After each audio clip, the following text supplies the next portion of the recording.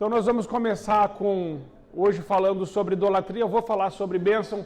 Terminamos o nosso encontro passado falando sobre bênção e maldição, lembram? Então nós vamos falar sobre isso, mas o pastor Osni me alertou da importância de eu falar hoje também sobre a idolatria.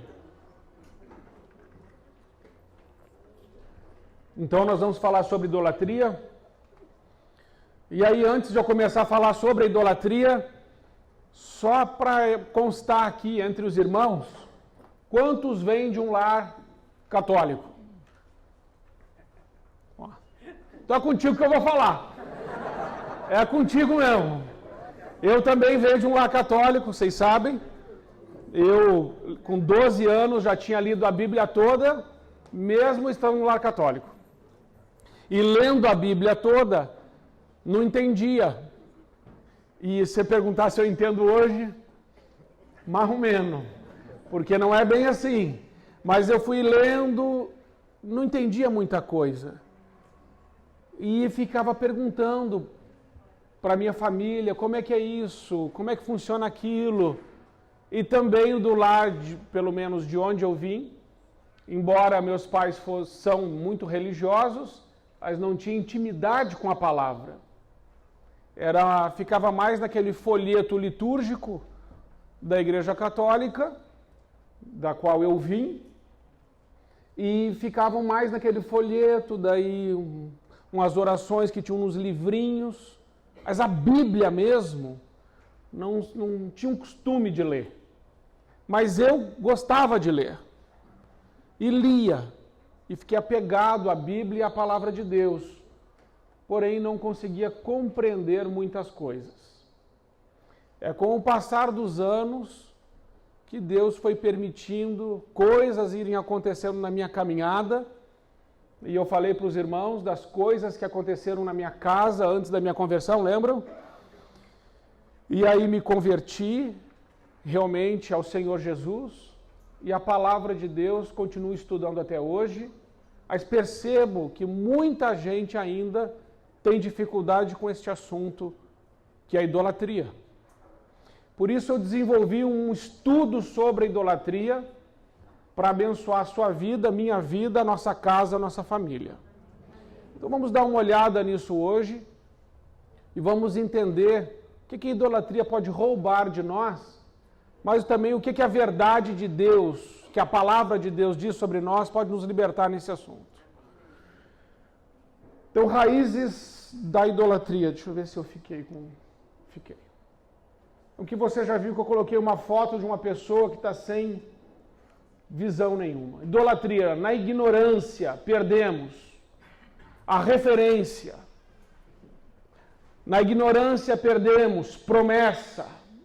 Na ignorância, perdemos identidade, autoridade, intimidade.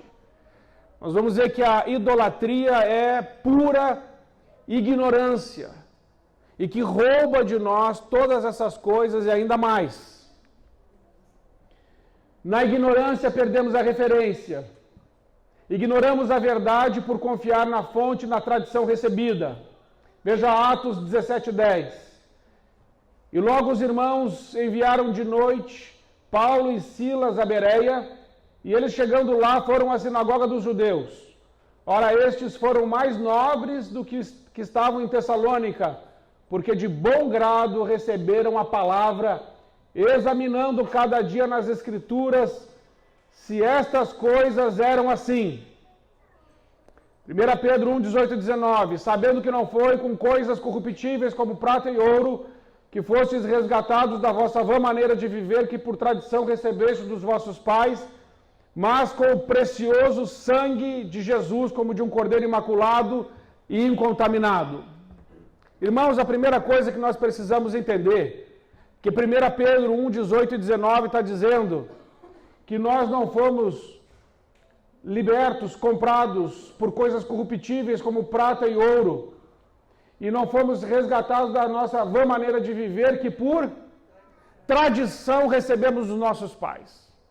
Primeira coisa, pai e mãe é uma fonte confiável. Amém? Amém? Mais ou menos. Mais ou menos, irmãos. a não ser que o pai e a mãe estejam sinceramente enganados. Pode acontecer? Pode acontecer. Mas, de forma geral, nós acreditamos na tradição recebida. E o que o pai e a mãe ensinam, tomamos por verdade sem questionar.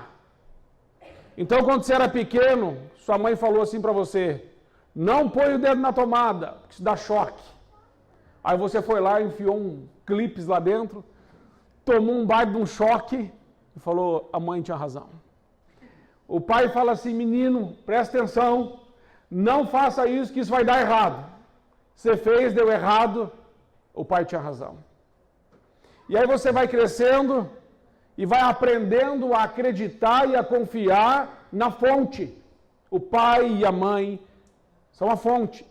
E nós aprendemos a confiar nessa fonte. Não questionamos o que recebemos. Simplesmente recebemos aquilo como uma verdade, uma proteção para a nossa vida, uma orientação que vem de tradição. É por isso que muitas pessoas vão repetindo o que recebem sem parar para perguntar: por que eu estou fazendo isso? Ou como que isso que eu estou fazendo combina com o que está escrito na Bíblia?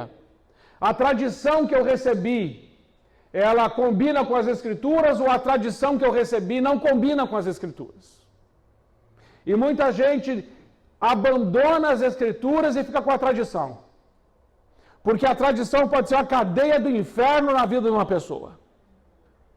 E a pessoa não quer abrir mão de tradição, porque ela diz assim: se eu não fizer desse jeito que eu aprendi com meu pai e com a minha mãe, eu estou traindo a minha família.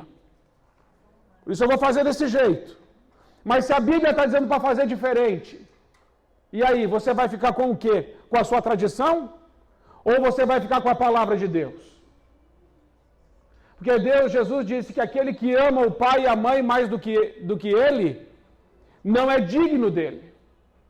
Aquele que ama mais o seu filho ou sua filha do que a Deus, não é digno de Deus. Então, irmãos, é necessário fazer uma escolha com que iremos ficar. Se com a tradição ou se com a palavra de Deus. E muitas vezes ainda, as pessoas, ao invés de ler a palavra e estudarem a palavra, elas vão perguntar para uma outra pessoa, e aí pode ser um religioso, e essa pessoa vai dizer assim: não, esse negócio de idolatria não tem nada a ver, a gente faz assim e assado, e isso não tem problema. E você se contenta com isso, mas você não vai na palavra de Deus. A verdade é a palavra de Deus. João 17:17. Pai, santifica-os na verdade. A tua palavra é a verdade. Então, irmãos, a gente precisa fazer uma escolha aqui. E a primeira escolha que a gente precisa fazer é ficar com a palavra de Deus e não com a tradição. E aí nós temos os bereanos. E os bereanos são melhores ainda que os de Tessalônica. Por que Paulo elogia eles?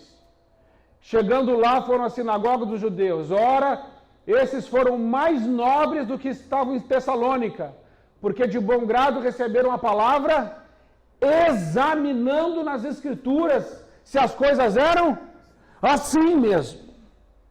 Então a primeira coisa que precisamos aprender nessa noite é que nós não podemos ficar com a tradição, nós precisamos examinar nas Escrituras para ver se as coisas são assim mesmo.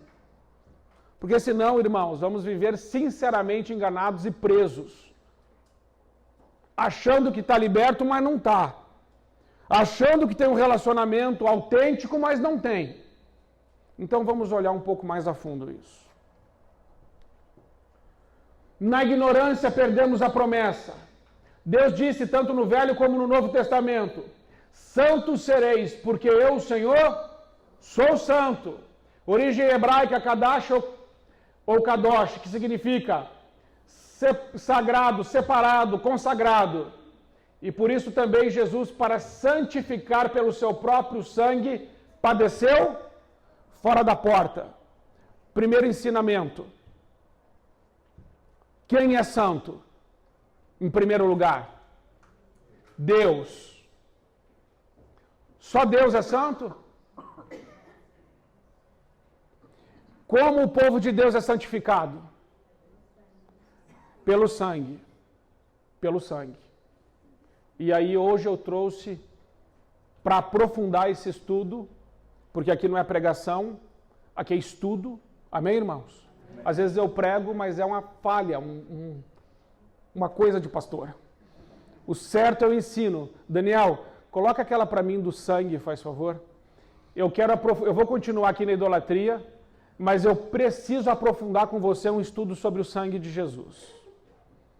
E aí o Daniel vai colocar ali. Nós precisamos olhar para a Bíblia, é essa mesmo, e entendermos como é que o sangue de Jesus alcança a gente. Não sem sangue. Então, na velha aliança, o contato fica mais estreito, a aplicação mais poderosa. Em Moriá, a vida foi redimida pelo derramamento de sangue. O sangue do Cordeiro. Em Moriá, Abraão está sacrificando o seu filho. Ele vai sacrificar Isaac. Quando ele vai sacrificar Isaac, um anjo aparece e diz assim, não faça isso. Deus já providenciou o cordeiro. E aí Abraão sacrifica o cordeiro. O sangue do cordeiro é derramado. Aquele sangue é um sangue do quê? Substituição. Substituição. Aquele sangue foi um sangue derramado. Segundo sangue, no Egito o sangue foi aspergido nas vergas das portas, sangue que cobre da morte. Quem ia passar ali para matar todos os primogênitos? O anjo da morte.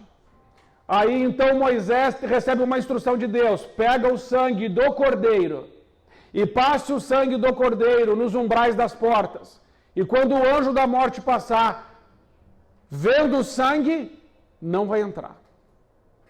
Então o segundo sangue que nós estamos vendo aqui não é um sangue de substituição, é um sangue de quê?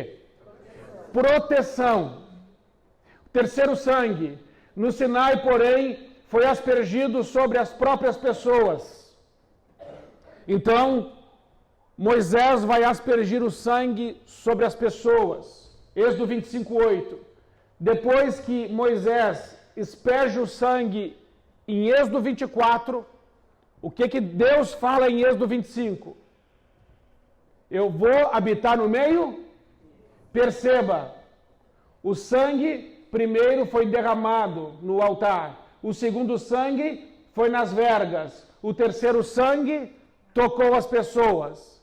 Perceba que o sangue, ele vai se aproximando. Até que toca. Quando o sangue toca, Deus fala assim, faz o santuário. Porque o poder do sangue é um poder para santificar. E Deus não habita no meio da imundície. Deus habita no meio daquilo que é purificado pelo sangue. Por isso Deus diz assim, constrói o santuário. Agora eu vou habitar no meio de vocês. Mas agora veja um pouco mais. Os apóstolos ensinam, mas antes deles, nova aliança. Jesus ensina na sinagoga de Cafarnaum, João 6, 53, 54, 55, 56. Se não beberdes o meu sangue, não tem vidas em vós mesmos. Quem beber o meu sangue tem a vida eterna, o meu sangue é a verdadeira bebida. Quem beber o meu sangue permanece em mim e eu nele. Bebei dele todos, porque isto é o meu sangue, o sangue da nova aliança que é derramado em favor de muitos para a remissão dos pecados. Primeiro sangue, sangue da substituição. Segundo sangue, terceiro sangue. Agora, depois que o sangue toca, Deus diz assim, faz o santuário que eu vou habitar no meio de vocês. Mas agora Jesus está falando um negócio mais profundo. Ele está dizendo, o sangue não vai ficar só do lado de fora. Agora vocês vão tomar do meu, agora o sangue entra. E depois que nós temos comunhão com Cristo, onde o Espírito Santo habita? Dentro de cada um de nós. Porque o Espírito Santo não vai habitar no meio do que é imundo. O Espírito Santo habita naquilo que foi purificado, lavado e comprado pelo sangue de Jesus. Então veja que o sangue vai se aproximando na Bíblia. O sangue de Jesus tem poder. E o sangue de Jesus tem poder de comprar eu e você. O sangue de Jesus tem poder de tornar eu e você uma pessoa santa, separada, consagrada. O sangue de Jesus tem mais poder ainda. Vejamos. Apocalipse, antes dele, tem. Os apóstolos ensinam sobre o sangue. Aos romanos escreve: sendo justificados gratuitamente por sua graça, mediante a redenção que é em Cristo, pela fé no seu sangue. Romanos 3, 24 e 25, sendo justificados pelo seu sangue. O sangue de Jesus justifica. O sangue de Jesus substitui. O sangue de Jesus protege. O sangue de Jesus santifica. O sangue de Jesus compra. Aos Coríntios declara que o cálice da bênção que abençoamos é a comunhão do sangue. O sangue de Jesus nos traz comunhão. Aos Efésios lembra que fomos aproximados pelo sangue de Jesus. O sangue de Jesus destrói o abismo que havia entre nós e Deus. João assegura: o sangue de Jesus, seu Filho, purifica de todo pecado. Apocalipse ensina sobre o sangue. Um novo cântico diante do Cordeiro: digno és, porque foste morto com o teu sangue nos compraste para Deus.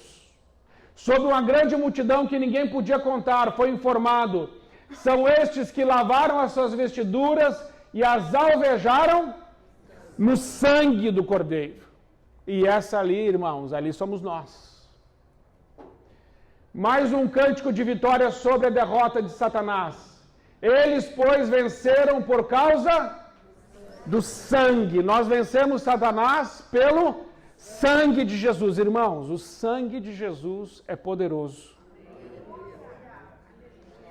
É o sangue de Jesus que faz você uma pessoa santa. Nós vamos ver hoje, irmãos, que a santidade não tem nada a ver com o que você faz ou deixa de fazer. Isso é santificação. Ser santo não tem nada a ver com obras. E do lugar de onde nós viemos é ensinado que a santidade é fruto de muito esforço. Que algumas pessoas, poucas delas, são santas.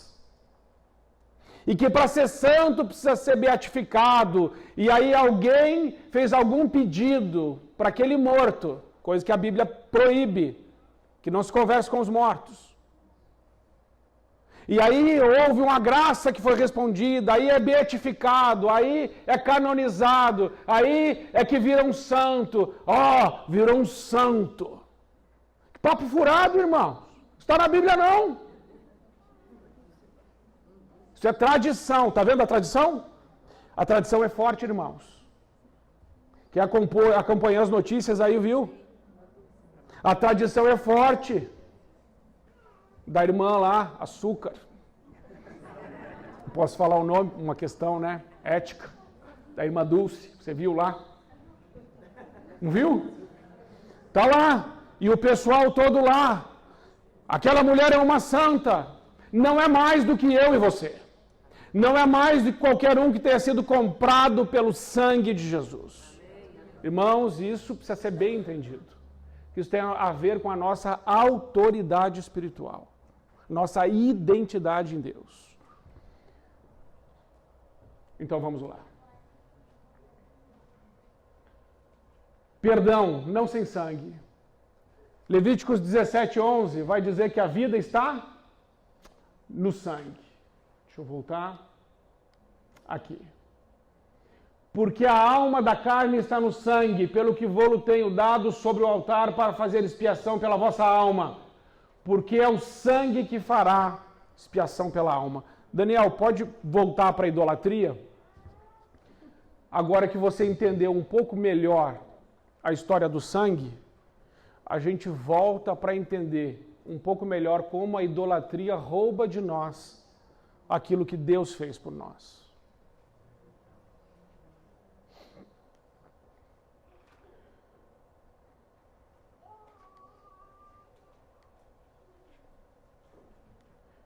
Na ignorância perdemos a identidade. Igreja em Corinto. A igreja de Deus que está em Corinto, aos santificados em nome de Cristo Jesus, chamados santos, com todos que em todo lugar invocam o nome do nosso Senhor Jesus Cristo, Senhor deles e nosso. Irmãos, todo aquele povo que estava em Corinto, era tudo santinho? Eles tinham um comportamento assim, ninguém errava. Ou lá eles estavam tomando toda a ceia, tomando vinho, comendo pão antes dos irmãos chegar. Gente se embriagando na ceia. Enchendo a tripa na ceia. O outro irmão está chegando com fome e quer participar da ceia, não tem mais comida, não tem mais nada, porque o irmão ali comeu tudo a ceia. E como é que Paulo chama eles? Santos! Ô irmãos, não tem nada a ver com eles, tem tudo a ver com Deus. Então deixa eu dizer um negócio para você. Você é santo de Deus, santa de Deus. Porque a santidade não é mérito, a santidade é graça. Eu sei que às vezes você olha no espelho e fala assim, pastor, é difícil eu acreditar que eu sou santo, santa, com essa cara. Irmão, você é santo, você é santa, pela obra e pelo sacrifício de Jesus. Porque eu vejo isso pela fé quando eu olho para você também, entendeu? Toma posse aí da palavra de Deus. Porque aí, irmãos, a gente precisa diferenciar uma coisa. Você fala assim, pastor, eu entendo o que Jesus fez por mim. Mas assim, eu não me sinto santo. Irmão, o crente não vive pelo que sente. O crente vive pela palavra de Deus. Se Deus diz que você é santo querendo ou não querendo. Ei, bênção. Jesus diz, por exemplo, assim, vós sois a luz do mundo. Aí você olha no espelho, olha para a sua vida e fala assim, pastor, a lâmpada de uns 25 watts, a luz fraca. Não, meu irmão, isso é o que você sente.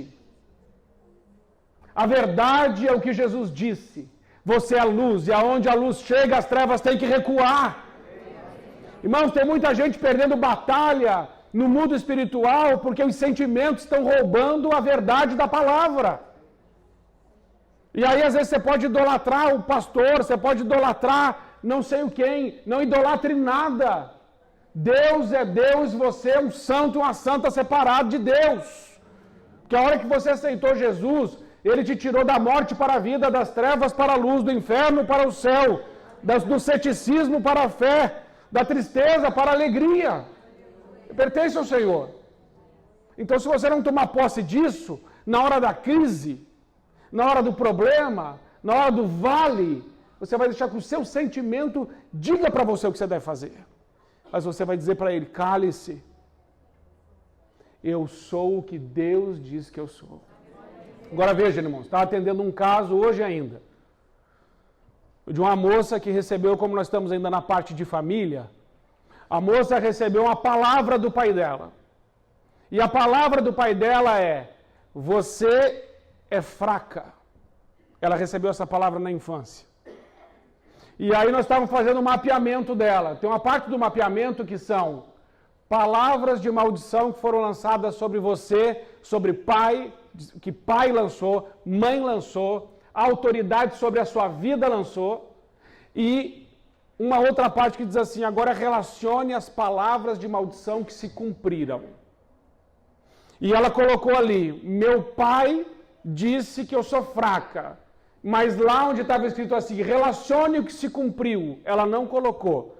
Aí eu falei para ela assim, então, aquilo que seu pai disse de você, que você é fraca, não pegou? Não é verdade? Ela falou, não, pastor, não pegou, não é verdade, está tudo tranquilo. Falei, tá bom. E como é que está a sua vida? Pastor, então, eu estou saindo agora de uma situação muito difícil com meu marido, que aconteceu um negócio muito sério, e eu estou tentando enfrentar isso, pastor, mas eu estou me sentindo tão fraca. Eu falei, moça, vamos voltar lá de novo? Vem cá. Você falou que aquilo que ele tinha dito, que você é fraca, você disse que não tem nada a ver. Mas agora, na hora de enfrentar a crise, você está dizendo o que de você mesma? Mas foi meu pai, eu falei, eu sei que você ama o seu pai. Mas aquilo que ele disse ainda está registrado aí dentro. E na hora da crise, aquela palavra, ela ainda está ecoando dentro de você. Então, irmãos, não é suficiente a gente saber a palavra de Deus. É necessário a gente crer verdadeiramente nesta palavra. E ainda tem mais. Nessa situação, ela estava dizendo assim, tive um relacionamento com meu pai superficial. Ele é muito nervoso. Então, nosso relacionamento ficou superficial. Nunca tive muito carinho, nunca tive muito afeto. Aí eu perguntei para ela assim, qual é o teu relacionamento com Deus? Você tem um bom relacionamento com Deus? Deus para você é aquele pai amoroso, carinhoso, que te dá segurança? Ela falou, claro que não. Eu falei, mas por quê? Não sei, pastor, não consigo relacionar com ele direito. Será que não tem a ver com a figura do seu pai? Falou, claro, tem a ver com a figura do pai. Enquanto você não perdoar o seu pai e não resolver com o seu pai, o seu relacionamento com Deus vai ficar muito difícil. E aí ainda falei mais uma coisa. Então, mulheres, prestem atenção. Quem é o primeiro marido da mulher? Quem é, irmãs? É o pai. Porque o pai é a primeira referência de homem. E aí, quando a mulher vai casar, ela vai procurar um homem parecido com quem? Com o pai. Aí ela arrumou um marido, a bênção. A bênção. Aí depois ela falou assim, pastor, agora que me toquei. É igualzinho, né? Eu falei, Agora você se tocou? E agora como é que resolve isso? Agora resolve isso perdoando, entendendo a situação como está e tomando uma decisão de fazer diferente. Irmãos, o processo de reeducação é tudo no Ministério de Libertação. Reeducação é o mais difícil. Saber o que é o certo é fácil. Fazer o que é certo, isso vai exigir de você. Isso vai exigir de mim. Então nós precisamos tomar posse da nossa identidade. Nós somos filhos e nós somos santos. A igreja de Jesus é santa. Amém, irmãos? Então veja que isso se repete em todas as cartas. A igreja em Corinto, a igreja em Éfeso, Paulo, apóstolo de Jesus Cristo, pela vontade de Deus, aos santos que estão em Éfeso.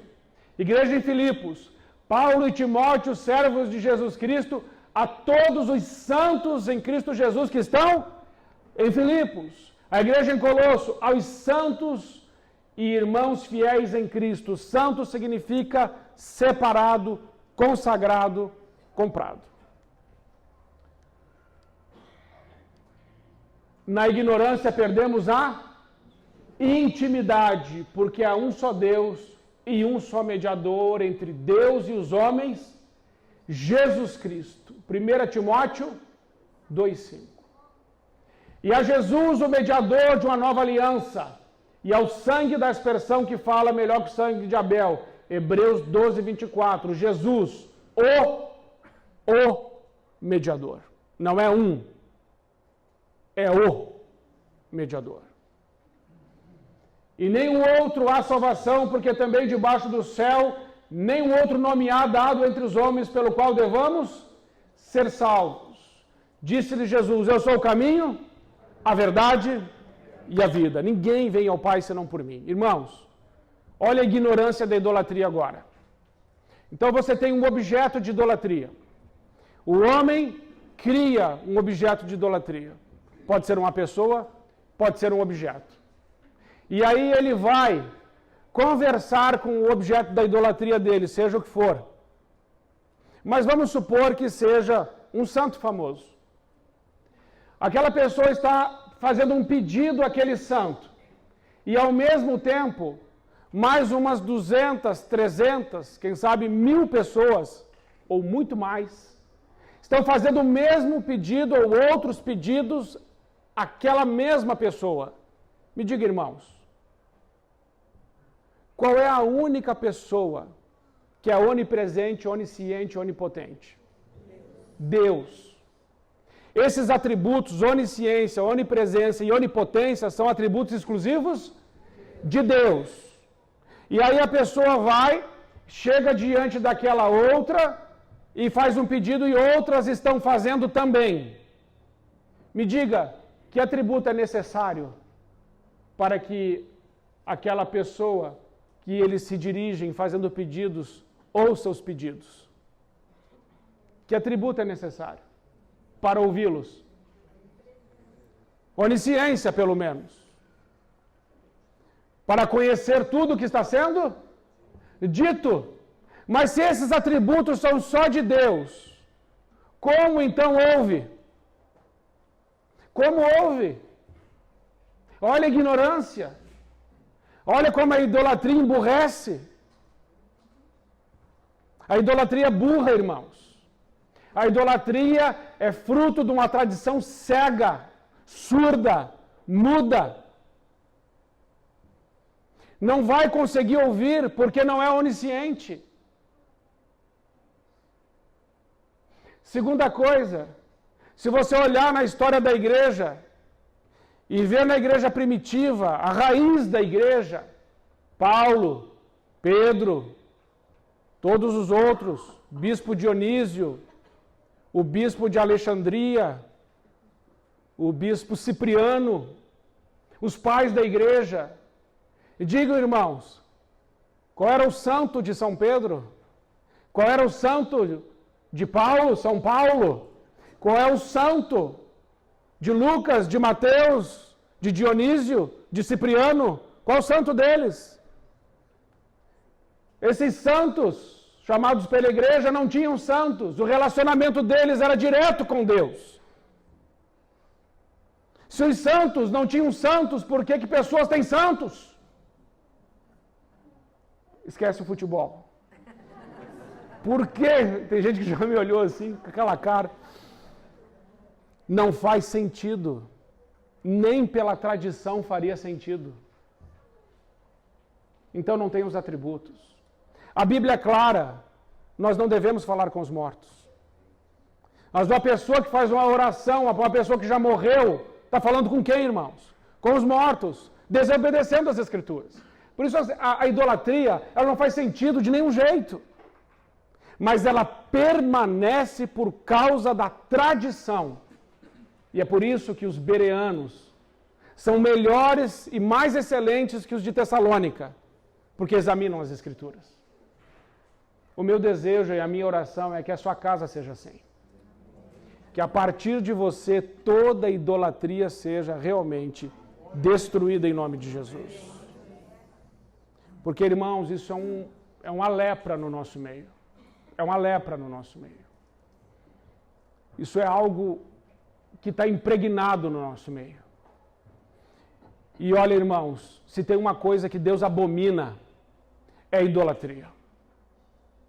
Vejam o que acontece com quem pratica a idolatria. O Salmo 115 vai dizer assim, que os ídolos têm olhos, mas não veem, têm boca, ouvidos, pernas, não andam, irmãos. O resultado da idolatria é uma paralisia espiritual.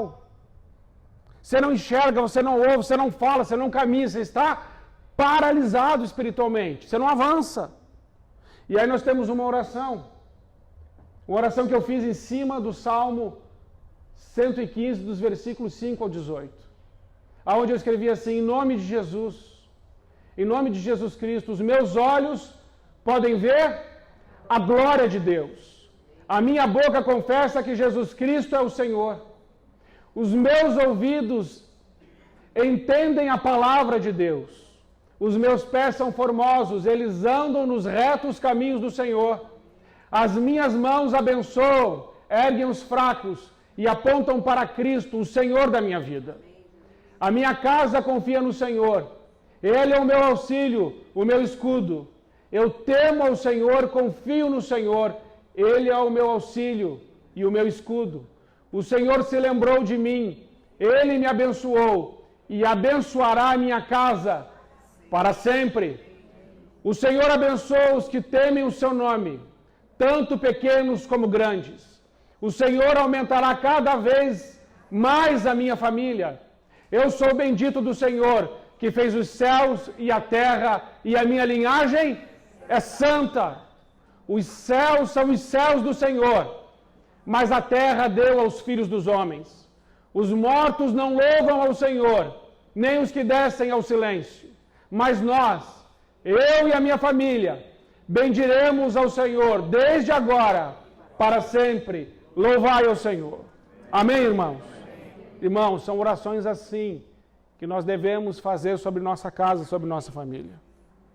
Porque você que veio de um lar idólatra, tem que pedir a Deus, Senhor, perdão. Mas, Senhor, abre os meus olhos. Senhor, abre os meus ouvidos. Senhor, abre o meu coração. Senhor, abre os meus caminhos. Porque eu quero andar nos teus retos e santos caminhos e viver os teus sonhos e os teus planos na minha vida. Isso precisa ser dito. Isso precisa ser ensinado. Isso precisa ser profetizado. Nós não podemos, irmãos, ficar passivos diante do que está aí. Amém? Então essa é uma parte do que eu queria lhe dizer hoje sobre a idolatria. E eu queria fazer algo nessa noite diferente com vocês.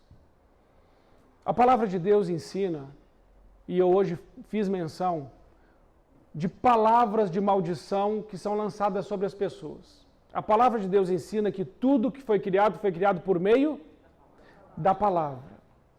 Quando uma pessoa diz assim, você é fraco, você é um covarde, você não vai dar nada na vida, você não vai casar, você é um infeliz, você é bicha, você é prostituta, você é um vagabundo, você é um sem vergonha, você é um cachorro, você é cadela, você é um retardado, você é um louco, você é uma praga, você não presta, você é fraco, você é tímido, você é covarde, você é negligente, você é passivo, você é omisso, você é depressivo, você é relaxado, você é porco, você é sem vergonha. E lança essas palavras sobre a sua vida. Essas palavras podem aprisionar você, ouça isso. E essa pode ter sido uma palavra lançada sobre sua vida pelo seu pai, pela sua mãe, pelos seus irmãos, por pessoas que são referência para você, que são importantes para você. Mas você disse assim, pastor, eu já perdoei. Eu acredito que você tenha perdoado. Mas eu posso talvez duvidar que essa palavra ainda não ecoe dentro do seu coração. Porque às vezes, irmãos, existem crenças que estão dentro de nós que nos limitam. Josué e Caleb viram a terra prometida e falaram assim, vamos lá, vamos tomar posse dela, vamos pegar aqueles gigantes, vamos mastigá-los como se fosse pão.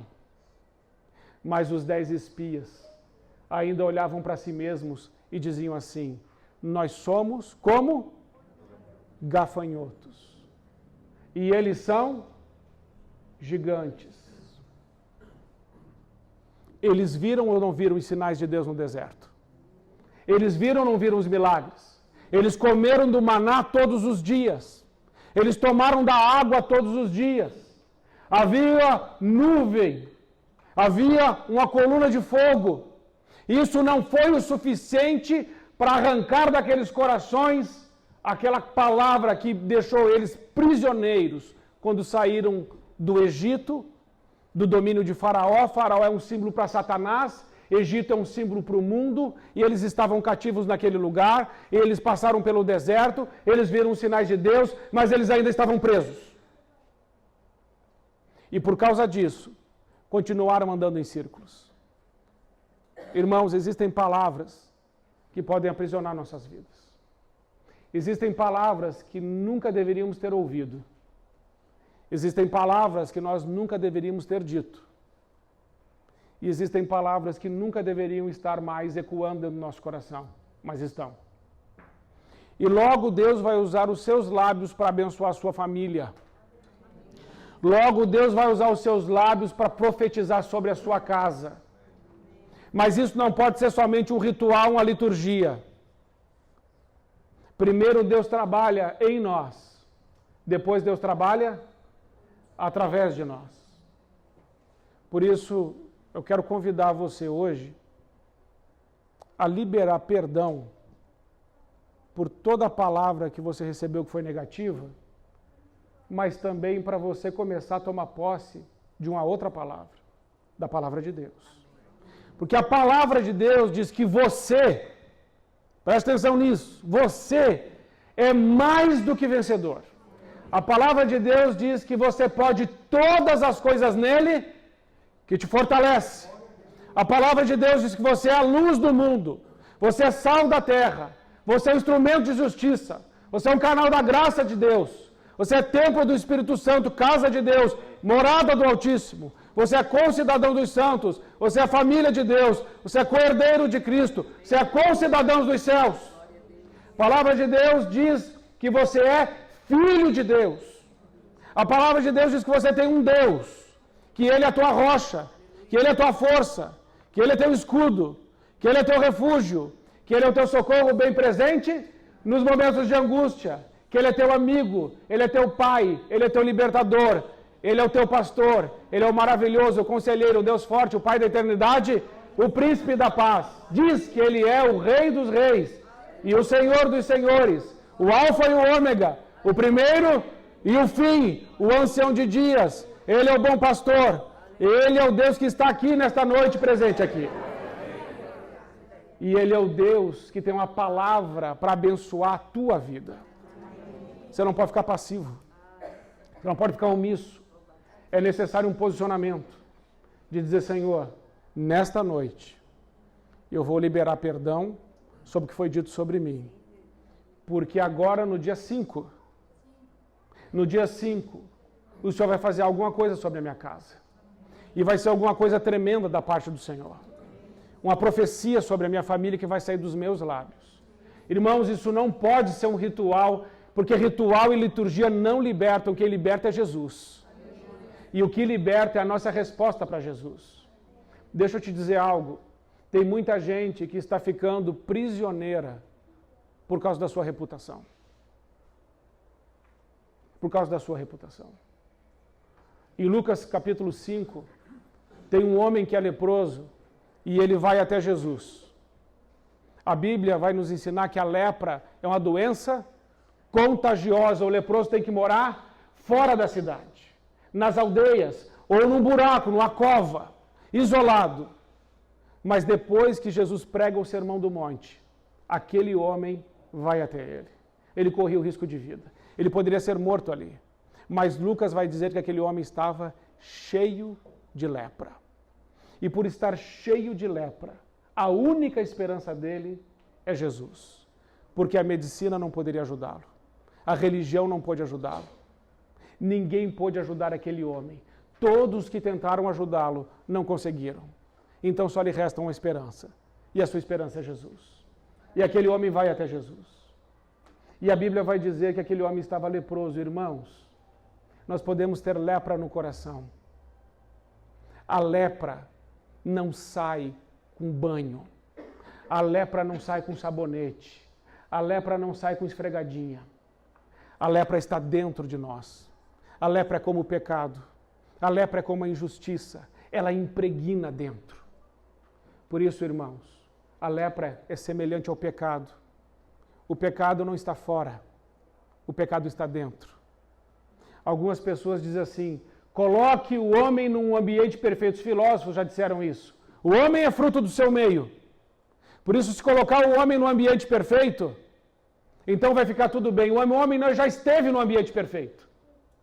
E ele pecou. Não adianta colocar o homem no ambiente perfeito. Tem que colocar aquele que é perfeito dentro do homem. Só ele retira a lepra. Segunda coisa, irmãos, a lepra ela insensibiliza. Talvez o seu coração esteja um pouco insensível, porque a lepra, como a diabetes, insensibiliza. Você coloca a mão na água quente, não sente, você se corta, não sente. A lepra é assim, e o pecado e a injustiça também. A Bíblia diz que em Ezequiel 36, 26, Deus diz: vou tirar o coração de pedra e vou dar um coração de carne. Irmãos, é necessário que choremos pela nossa família. É necessário que a gente chore diante de Deus pela nossa casa. Porque às vezes, irmãos, nós estamos nos aproximando de Deus pelo motivo certo, mas com o coração errado. Veja a Ana. Ana, quando orou a Deus pedindo um filho, e ela pediu um filho porque ela queria ter um filho, Deus deu? Deus não deu. Ela queria ter um filho porque Penina tinha um filho, e porque Penina tinha um filho, Deus deu um filho para ela? Não. Ela queria ter um filho para agradar Elcana, Deus deu um filho para ela? Não. Ela queria ter um filho para ela, como um troféu, Deus deu um filho para ela? Não. Mas por causa de todo aquele sofrimento, aquela mulher chegou um momento que ela falou assim: Senhor, se o Senhor me der um filho, pronto, é teu. E Deus diz assim: então tá, você vai ter 5. Olha que bênção. Às vezes, irmãos, o sofrimento vem para a gente fazer a oração certa. É para fazer a oração certa. Quando você olha para a Escritura, você vai ver que através do sofrimento é que nós somos conformados à imagem de Jesus. A lepra, irmãos, insensibiliza. A lepra, irmãos, mata. Romanos 6, 23. O salário do pecado? A lepra mata, o pecado também. Talvez tenha relacionamento na sua casa que já morreu. Talvez tenha gente na sua casa que já está morta para você, por causa dessa maldita lepra, que é o pecado, que é a injustiça, que está lá dentro da sua casa. E não dá, irmãos, para a gente chegar aqui diante de Deus e dizer assim: Senhor, o Senhor entende, né? Por que eu não vou perdoar? O Senhor entende por que eu deixei para lá, né, Senhor? O Senhor sabe como é que são as coisas. Não, irmãos. Tem lepra e a lepra só é curada pelo sangue de Jesus. Não é curado de outro jeito, não. E aquele homem chegou diante de Jesus, meus irmãos, me impacta muito. E talvez é assim que você tem que chegar diante de Jesus agora pela sua família.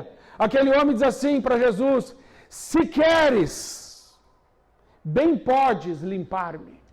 Se queres, irmãos. Jesus em Lucas 22, 42 diz ao Pai: Pai, se queres, passa de mim esse cálice.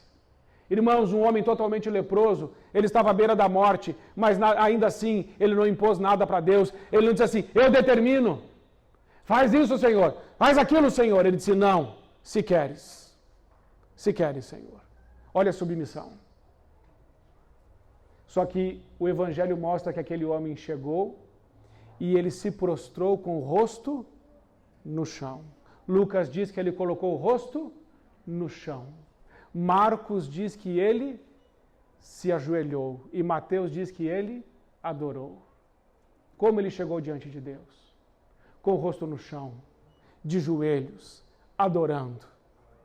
E aí ele diz assim: se queres. Irmãos, nada vai acontecer na nossa casa se nós não chegarmos diante do nosso Deus com a postura certa. Precisamos chegar diante de Deus: Senhor, o primeiro leproso que precisa ser limpo sou eu. A primeira pessoa que precisa ser curada sou eu. A primeira pessoa que precisa perdoar sou eu, Senhor. Porque se o Senhor não me limpar, como o Senhor vai me usar como instrumento para limpar a minha casa?